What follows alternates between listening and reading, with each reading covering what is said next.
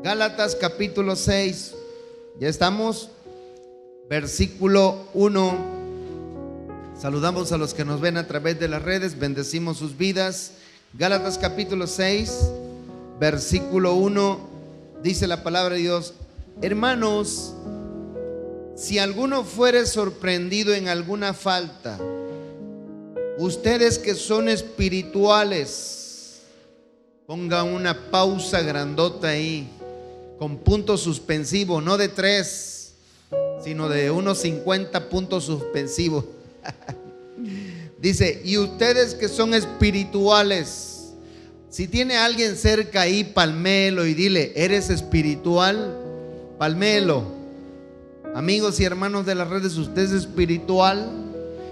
Dice, ustedes que son espirituales, restáurenle con espíritu de mansedumbre, considerándote a ti mismo, no sea que tú también seas tentado. Este es un principio básico y un principio elemental en la palabra de Dios. ¿Sabe? Dice la palabra de Dios que muchas veces podemos sorprender a alguien a que se encuentre en un punto donde cometió una falta, donde cometió un error, donde cometió un pecado, donde ofendió a Dios, donde violó la ley del Señor, lo que usted quiera. Y dice la palabra de Dios que cuando sorprendamos a alguien en una falta, Yo quiero que usted en serio me ponga atención y que no haga como que la Virgen le habla, ¿verdad? Sino que es el Espíritu Santo, con todo respeto y sin ofender a nadie. Porque a veces nosotros no asimilamos lo que dice la palabra de Dios y agarramos a nuestro favor lo que nos conviene, y lo que no nos conviene como que hacemos oído sordo. Y entonces usted y yo en algún momento quizás hemos sorprendido a alguien en una falta. Yo le hago una pregunta: ¿cuál es la actitud de usted cuando sorprende a alguien en una falta? Porque mucha gente lo primero que hace es que agarra las redes sociales y empieza a exhibir a aquella persona que cometió una falta, que cometió un error, que se equivocó, y empieza a divulgar la falta de esa persona o empieza a ponerlo mal. La palabra que se usa en la Biblia es difamar, y difamar es poner mal a alguien. Y usted dirá: pastor, pero es que tengo las armas, tengo los argumentos, tengo las bases en las manos para poder exhibirlo. Y la Biblia no nos enseña eso. La Biblia no nos enseña eso. Otra actitud que no debemos asumir cuando nosotros sorprendemos a alguien en una falta es que luego tomamos una actitud violenta para poder confrontarlo, o para tratar de hacerlo volver en sí, o para tratar de lograr que esa persona cambie de actitud y de comportamiento. Y a veces tomamos una actitud violenta, a veces usamos de la ira, de la gritería, del enojo para tratar de corregir a alguien. Y mire, dice la Biblia que cuando nosotros sorprendamos en una falta a alguien, dice: usted y yo que somos espirituales. Otra vez pregúntale al que está a su lado: ¿eres espiritual, hermano, hermana? Pero en serio, que sacúdalo. ¿Es usted espiritual? Porque sabe a quién Dios le da la responsabilidad. Escúcheme bien. ¿Sabe usted a quién Dios le da la responsabilidad para restaurar a alguien que ha cometido error, una falta, o está errado en el camino de Dios? A los espirituales, dice la palabra de Dios. De manera que no cualquiera puede ayudar a alguien a restituirse. De manera que no cualquiera puede ayudar a alguien a restaurarse. Y dice la Biblia aquí: ustedes que son espirituales, restáurenle con espíritu de mansedumbre. Cuando hablamos de restaurar, hablamos de que alguien pueda lograr un cambio. Hablamos de que alguien pueda lograr una transformación. Hablamos de que alguien pueda tener un cambio significativo en su vida. Cuando hablamos de restaurarle, hablamos de que tenemos que traer a las personas al diseño original con que Dios nos creó. Lo que dice allá Santiago en el capítulo 5, en el versículo último, creo que es versículo 20, dice: sepa que el que haga volver al pecador del error de su camino, salvará un alma de la muerte. Y el Señor Jesucristo dijo en los evangelios: yo no he venido por justos, he venido por pecadores para que se arrepientan. De manera que si usted y yo queremos restaurar a alguien que ha cometido un error, que ha cometido una falta, dice la Biblia, vamos a restaurarle con espíritu de mansedumbre.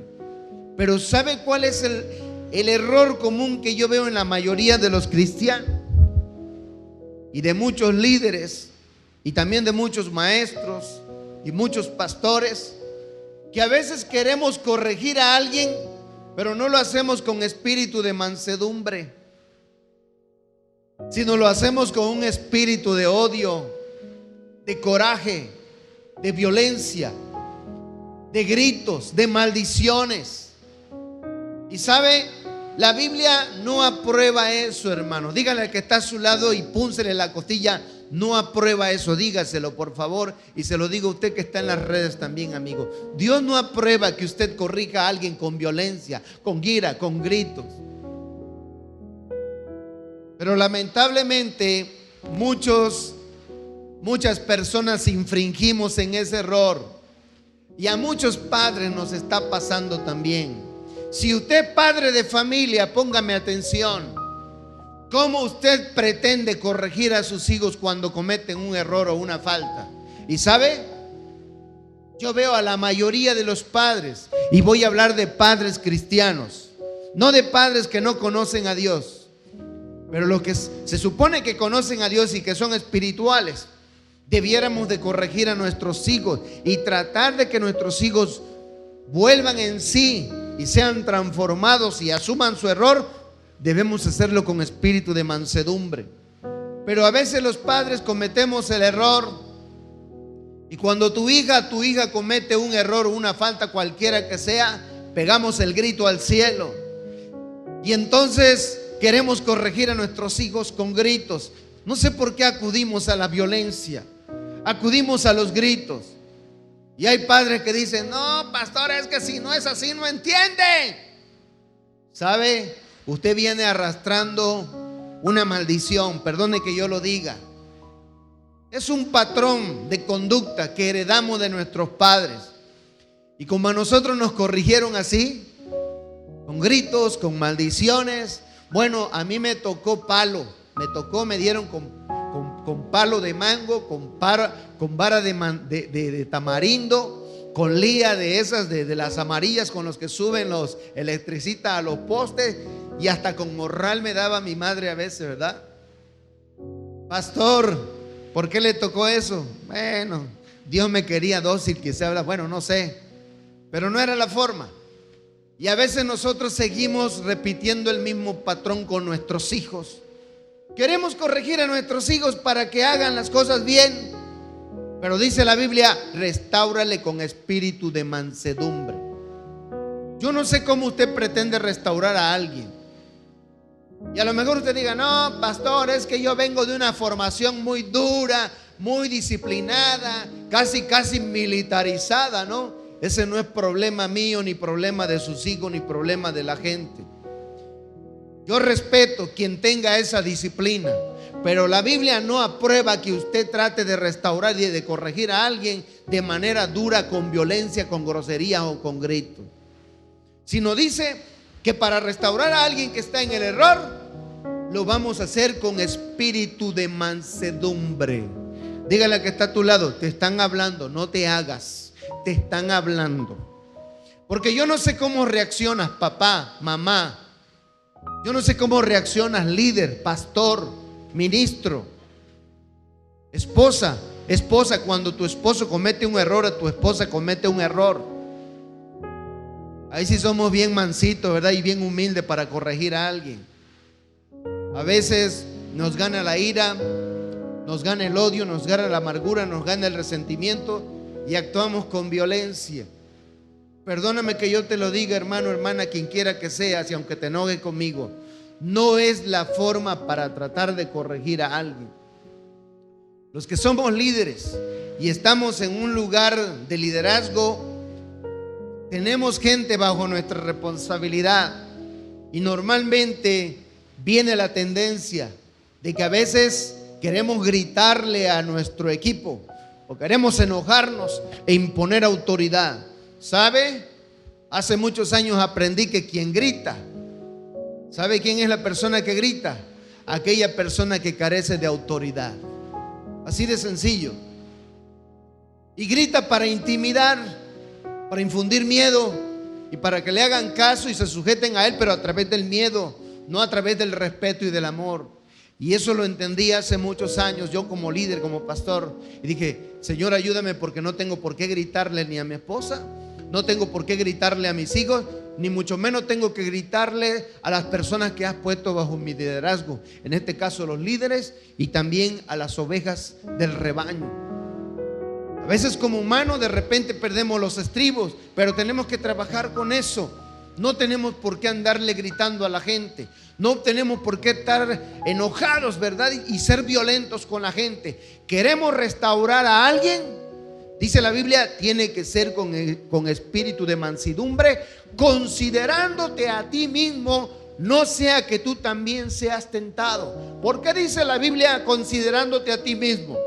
Porque ¿qué pasaría si usted se pusiera un rato en los zapatos de alguien que cometió un error o cometió una falta? ¿Qué pasaría si usted tuviera en lugar de la silla de los acusados, como dicen algunos, donde todos te están señalando, donde todos te están echando tierra, donde todos te quieren acribillar, o como dice aquel dicho coloquial, del árbol caído muchos quieren hacer leña? Y muy pocas personas van a venir con un espíritu de mansedumbre a querer animarte, a querer restaurarte, a querer tratar de que tú vuelvas en sí y puedas corregir tu vida. Mire, cuando el Señor Jesús andaba por ahí, en una ocasión, lo puede usted leer en el Evangelio de Juan capítulo 8, Evangelio de Juan capítulo 8, los escribas, los fariseos, los religiosos de élite, que eran muy presumidos, creían que eran la última coca del desierto, ¿verdad? Y que eran los únicos santos, encontraron a una mujer sorprendida en adulterio y la llevaron delante del maestro y le dijeron: Señor, encontramos a esta mujer en el acto mismo del adulterio y la ley de Moisés dice que debemos apedrearla. ¿Qué dices tú, Señor? Y entonces dice la Biblia, puede leerlo ahí en Juan capítulo 8, el Señor estaba mirando hacia el suelo y que les dijo: pues aquel que esté libre de pecado, que esté libre de pecado, que tire la primera piedra. Y dice la Biblia que desde el más grande hasta el más chico salieron de ese lugar. Se fueron todos. Levantó la mirada el Señor y le dijo a la mujer: ¿dónde están los que te acusan, mujer? ¿Dónde están los que te quieren acribillar? ¿Dónde están los que te quieren ajusticiar por tu error y por tu falta? Y la mujer le dijo: Señor, no hay ninguno, todos se fueron. ¿Y sabe qué le dijo el Señor? Le dijo el Señor: tampoco yo te condeno. ¿Y sabe qué le dijo? Ve y no peques más. Le estaba diciendo: anda, vuelve a tu vida normal, pero no sigas haciendo mal las cosas. Arrepiéntete, deja de vivir mal, empieza a hacer las cosas bien. Mire, y a veces nosotros tomamos una actitud farisea contra alguien que ha cometido un error. Vivimos señalando a la persona: es que tú hiciste y cometiste y faltaste y aquí y allá. Y casi, ¿verdad? Como los fariseos: le voy a pedir a Dios que venga fuego del cielo y que te consuma para que dejes de estar de pecador, de empedernido. ¿Sabe? Esa no es la forma en que la Biblia nos enseña que nosotros debemos tratar con alguien que ha cometido un error y una falta. Esa es una actitud farisea. Los fariseos querían que se ejecutara el juicio y la sentencia contra esta mujer. En ningún momento los fariseos tuvieron un espíritu de mansedumbre para tratar de restaurar a esta mujer. Pero el Señor Jesucristo nos enseñó lo contrario. Y el Señor nos enseñó que con espíritu de mansedumbre se puede restaurar a alguien. Los fariseos querían matarla y querían destruirla. No querían darle otra oportunidad de vida. Sin embargo, el Señor Jesús estaba viendo más allá de lo que a veces ve una mente religiosa, legalista, que no se deja llevar por la gracia y por el amor de Dios. Y entonces el Señor estaba viendo que en el fondo esta mujer, a pesar de su error, a pesar de su falta, porque ciertamente había cometido una falta grave delante de Dios, pero el Señor miró en el fondo del corazón de esta mujer que podía ser transformada. Y sabe, eso es lo que nos está diciendo la Biblia. El mundo está lleno de gente que señala. El mundo está lleno de gente que tira juicios y prejuicios contra la gente que ha cometido 1, 2, 3, 4, 5 errores en la vida. Pero muy raro te encuentras a alguien que realmente tenga un espíritu de mansedumbre para tratar de restaurarte, para tratar de animarte, para tratar de alentarte a que dejes lo malo y que experimentes una verdadera transformación en tu vida. Muy poca gente. Y en la familia también muy pocos familiares. A veces la familia es la más dura con nosotros mismos. A veces la familia es la que acaba de enterrarte y de aplastarte, como lo dice el Salmo en su palabra, y lo dijo el salmista, ¿verdad? El que come contigo a la mesa, a veces ese es el que te puede morder el calcañar, dice la palabra de Dios. De manera que, hermanos, esta palabra que Dios nos está dando hoy es para que nosotros cambiemos de actitud hacia la gente que ha cometido un error. No nos sintamos más que otros, que porque aparentemente tú y yo estamos bien o mejor que otros, de repente nos pasa como el fariseo cuando fue a orar con el publicano. Y el publicano estaba postrado llorando delante de Dios diciendo: Señor, perdóname porque he pecado, he hecho lo malo, ayúdame. Pero el fariseo estaba de orgulloso, ¿verdad? Y decía: Señor, yo no soy como este pecador que está aquí. Yo diezmo siempre, hago mis ayunos, hago mis oraciones y no soy como este pecador. ¿Sabe qué dice la Biblia? Dice que sin duda el publicano regresó a su casa perdonado y restaurado, pero el otro no, porque tenía arrogancia religiosa. Tenemos que tener cuidado con el orgullo religioso, de pensar que somos mejores que otros. ¿Sabe? La palabra de Dios nos confronta y nos enseña de que no miremos la paja en el ojo de nuestro hermano, sino que miremos la viga, el palo que nosotros llevamos colgando. Siempre la Biblia nos enseña que nuestro problema va a ser mayor que los demás. Pero cuando nosotros pensamos que somos superiores a otros porque no hemos cometido los errores que otros han cometido, estamos cayendo en un grave error de orgullo y de soberbia espiritual. Hay mucha gente que ha cometido errores. Hay mucha gente que quizás está viviendo mal. Hay mucha gente que quizás está ofendiendo a Dios o ha ofendido a Dios. Pero tú y yo no somos quienes para señalar y para enjuiciar y para acabarlos de enterrar. La Biblia dice que si tú y yo nos jactamos de ser espirituales, tenemos la responsabilidad de restaurar a esas personas. ¿Sabe? La gente, por la propia gente, no da ni un centavo por nosotros. Es posible que haya gente que te diga: yo no doy ni un centavo por ti, Freddy, o póngale su nombre. Yo no doy ni un peso ni un dólar por ti. No creo en ti, no creo en tu cambio, no creo en tu transformación. ¿Sabes? Pero no tenemos que convencer a la gente. ¿Sabes quién sí lo dio todo por ti y por mí? Jesucristo lo apostó todo por ti. Dale un aplauso. Es el único loco.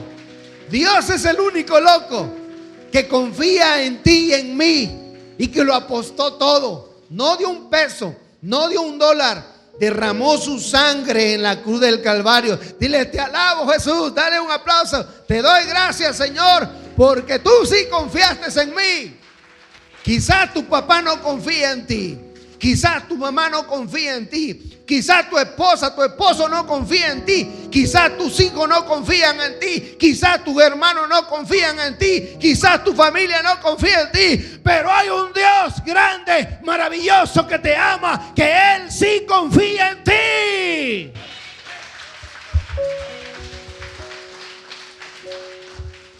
Ay, pero es que la hermana Heréndira no confía en mí. Pero si el Dios de los cielos, el Dios que hizo la tierra, el mar y todo, está confiando en ti, ¿qué más quieres, hermanos? ¿Qué más quieres? Dale gloria a Dios.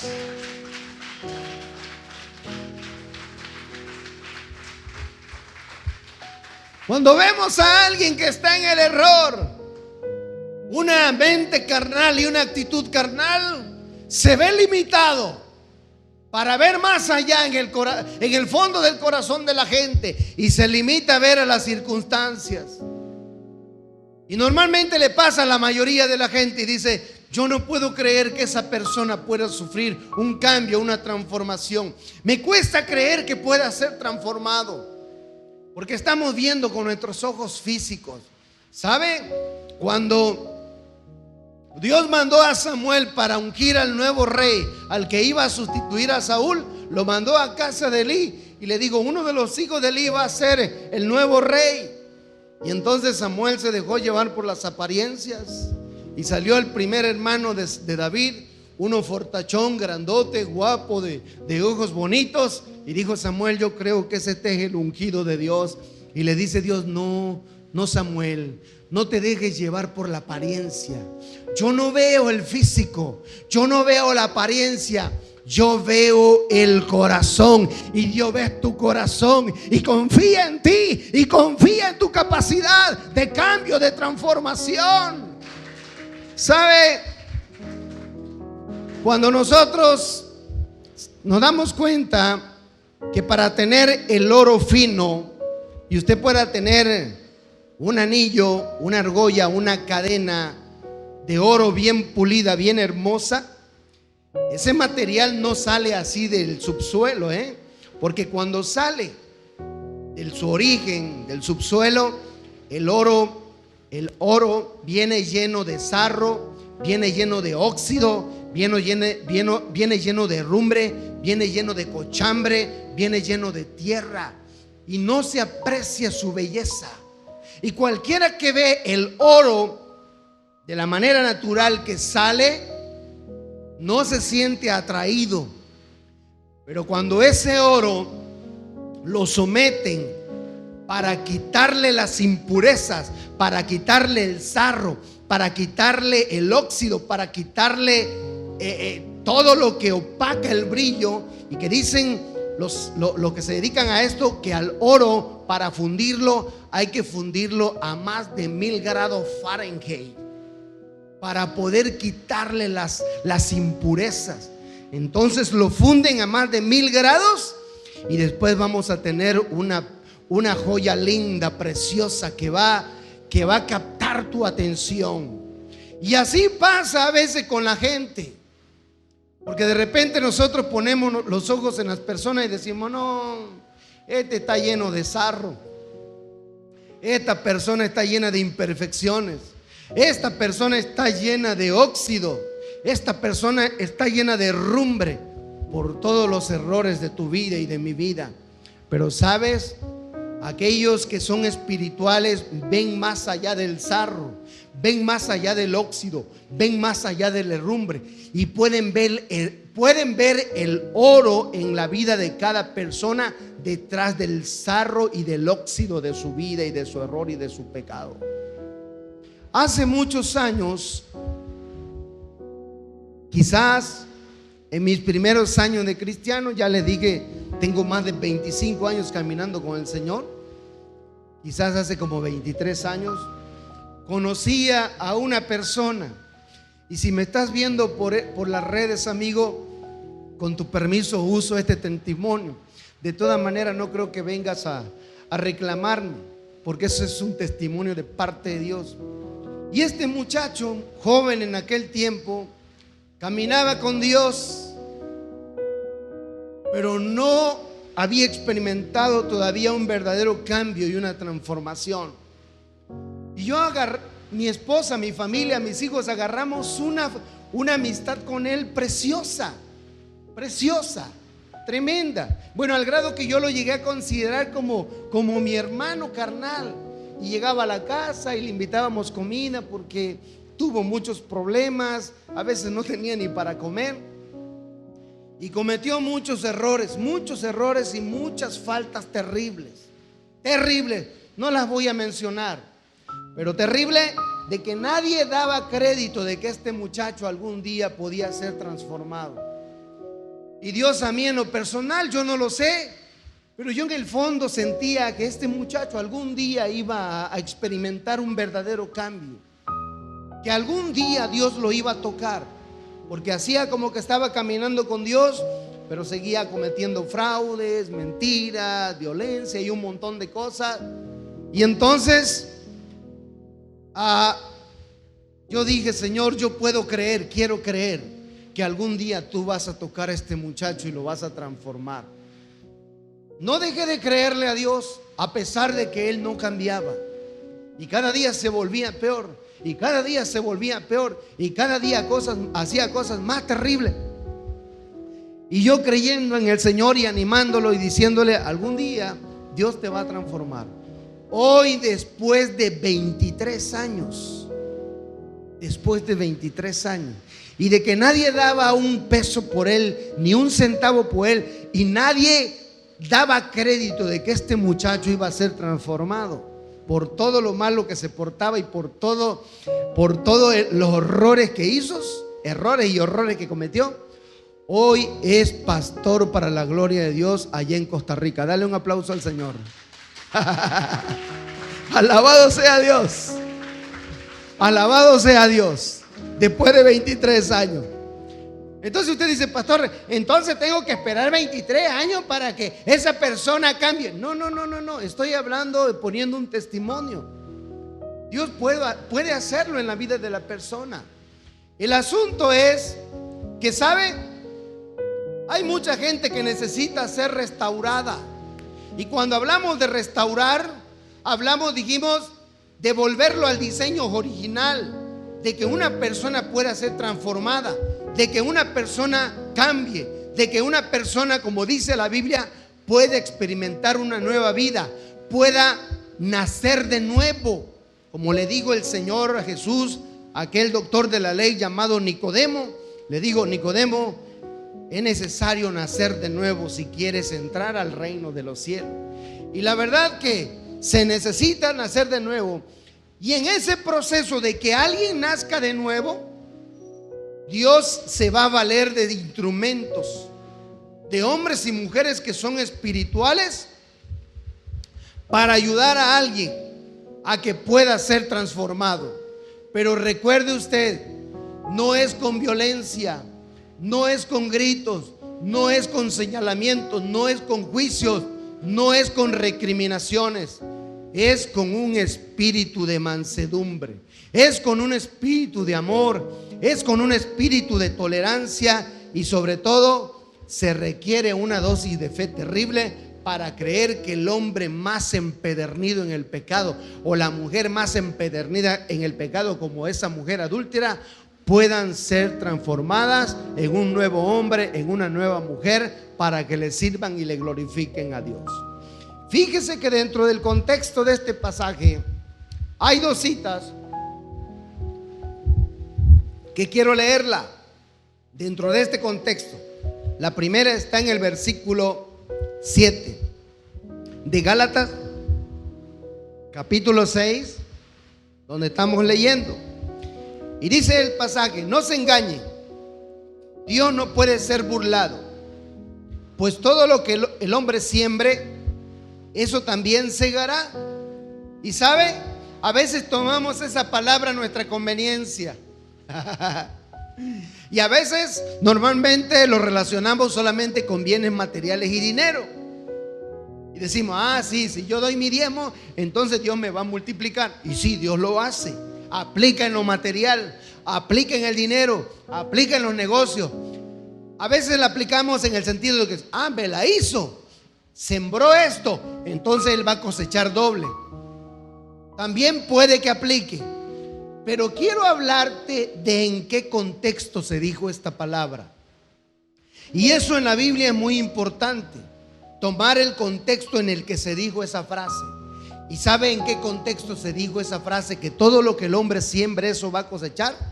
Se dijo en el contexto de restaurar a aquel que está en el error. Pastor, ¿y cómo está ese asunto entonces? Que cuando yo tenga la oportunidad de encontrarme a alguien que está viviendo en el error, que está viviendo en el pecado, que está viviendo mal, que está viviendo ofendiendo a Dios, o que no quiere nada con Dios y está en una actitud empedernida del pecado, yo voy a tomar una actitud de mansedumbre y de fe para tratar de restaurarlo. Así como Dios me usó para ayudar a este muchacho que les cuento que hoy está en Costa Rica sirviendo al Señor.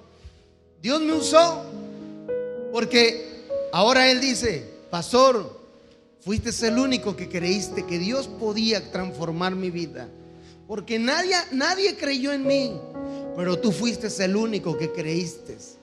Y entonces, cuando usted y yo creemos que alguien puede ser transformado, porque de repente vemos a la persona y dice: wow, esta persona ni Dios lo puede transformar. Nunca diga eso. Nunca diga eso, porque para Dios no hay nada imposible. Dios puede transformar al hombre más empedernido y a la mujer más empedernida. Cuando nosotros tomamos esa actitud, ahí va el punto. ¿Cómo aplica esta palabra para nosotros? Lo que tú siempre vas a cegar. Que Dios no quiera, ojalá y no. Pero si en algún momento tú te encontraras ahora en la silla de los acusados, ojalá y no. Pero somos humanos y todos estamos expuestos. En cualquier momento podemos cometer un error. El día que tú te encuentres en la silla de los acusados, entonces ahora tú sí vas a pedir misericordia. Como dice en Santiago igual. Santiago, allá se lo voy a dejar para que lo lea. Santiago, si quiero buscar esta cita porque no quiero que se me vaya y que la lea usted. Santiago capítulo 12 versículo 13 dice, lo voy a leer porque me encanta este versículo. Santiago capítulo 2 versículo 13. Mire lo que dice la Biblia. Subráyelo, póngale un separador, medítelo. Porque juicio sin misericordia se hará con aquel que no hiciere misericordia. Ay, papá. Hágale pausa, por favor, Porque juicio sin misericordia se hará con aquel que no hiciere misericordia. Y la misericordia triunfa sobre el juicio. El día que usted se encuentre en la silla de los acusados, Dios quiere que no esté, ya le dije, pero todos somos seres humanos y podemos cometer un error. El día que usted esté en la silla de los acusados, usted va a decir, tengan misericordia de mí, no sean tan duros conmigo, no sean tan legalistas conmigo, manifiéstenme un poquito de amor, por favor, manifiéstenme un poquito de misericordia y de gracia. Porque hay una diferencia entre hacer un juicio con misericordia y hacer un juicio sin misericordia. De manera, mis hermanos, que usted y yo, que somos espirituales, como dice Gálatas 6, en nosotros recae la responsabilidad para tratar de restaurar a la vida de las personas. Todos los que somos espirituales tenemos esa responsabilidad. No dice que es responsabilidad de los pastores, porque a lo mejor usted como madre de familia diga así, pastor, pero es que mi hijo ya no lo soporto, ya no lo aguanto. Algunas mamás y algunos papás han dicho, ya con este muchacho ya no hay remedio. Cuidado con lo que usted está diciendo, porque la Biblia dice que Dios puede restaurar a alguien, puede lograr que alguien experimente un nuevo nacimiento.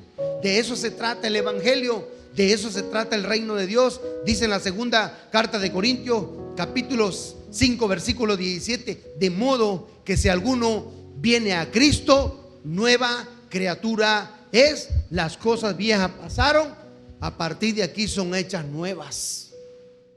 Entonces sí existe la transformación, entonces sí existe el cambio, entonces sí existe que alguien que esté muy mal y viviendo muy mal pueda ser un nuevo hombre y una nueva mujer.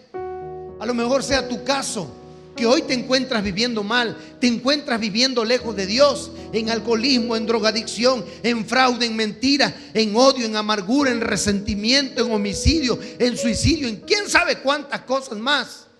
Tú eres el candidato que Jesús anda buscando, porque Jesús dijo, yo no vine por justo, vine por pecadores para que se arrepientan. Tú eres el candidato. Dale un aplauso al Señor. Dile, gracias, Señor, porque me andas buscando a mí, porque estoy viviendo mal, Señor, y en tu palabra veo que hay una oportunidad y una esperanza para ser un nuevo hombre y una nueva mujer.